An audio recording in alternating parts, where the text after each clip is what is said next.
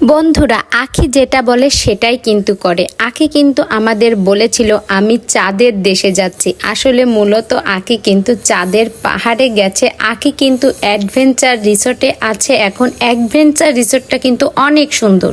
আখি কিন্তু খুব সকাল সকাল সেখানে পৌঁছে গেল, আর পৌঁছিয়ে গিয়ে কিন্তু আখি তার গাড়িতে যাওয়া একটা ভিডিও আমাদের জন্য শেয়ার করেছে। তো দেখো, আখি কিন্তু সুন্দর মতো পৌঁছিয়ে গেছে, আর সেখানে রিয়া এতটাই খুশি দেখলেই বোঝা যাচ্ছে। আর আখি যেখানে উঠেছে সেই পরিবেশটা এত সুন্দর, এত মনোরম, তোমরা একটু দেখো, তোমাদের দেখতেই না কত ভালো লাগবে, আর গেলে না কত অসাধারণ সুন্দরই লাগবে। আখি গিয়ে আখির তো খুবই ভালো লাগছে, এই জন্য আখি বলেছে আমি অনেক দিন ধরে অপেক্ষা করছি এই রকম একটা সুন্দর পরিবেশে যাওয়ার জন্য। তো আখির এই যে ভিডিওটা দেখে খুবই ভালো লাগছে, আর হাত দিয়ে আখি দেখাচ্ছে যে ওই বাংলোটাই কিন্তু আখি উঠেছে। তো বাংলোর পরিবেশটাও খুবই সুন্দর, খুবই ভালো।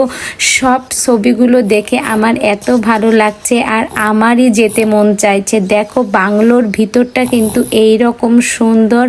এই যে ভিতরে কিন্তু সুন্দর একটা মনোরম পরিবেশ, আর এখানে কিন্তু বাইরে বারান্দাও আছে। বারান্দায় কিন্তু সুন্দর দোলনা আছে, আপনারা দোলও খেতে পারবেন, এতটাই ভালো।